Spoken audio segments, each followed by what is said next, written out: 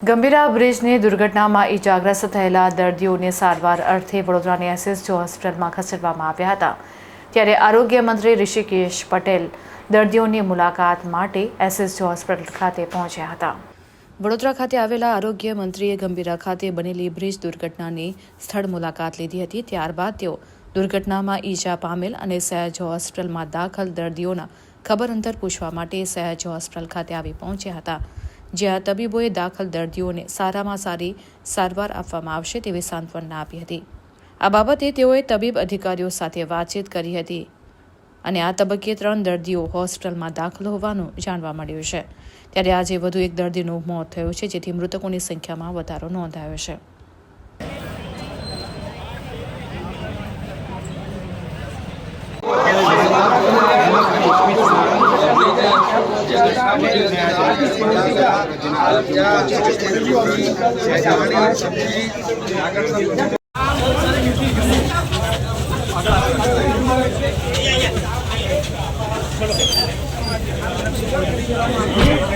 એમાંથી અત્યારે 3 સારવાર હેઠળ છે। એકને રજા આપી છે। ઇજાગ્રસ્ત થતા એમનું મૃત્યુ આજે થયું છે। એટલે એકંદરે 3 અત્યારે સ્ટેબલ છે। કોઈ એવો એમની સાથે વાતચીત કરી છે ને વાતચીતમાં પણ એ સ્ટેબલ હોવાનું માલુમ પડે છે। ડૉક્ટર સાથે પણ વાત કરતા, સુપ્રિન્ટેન્ડન્ટ સાથે અને ડૉક્ટર જે એમની સારવાર કરી રહ્યા છે એની સાથે પણ વાત કરતા અત્યારે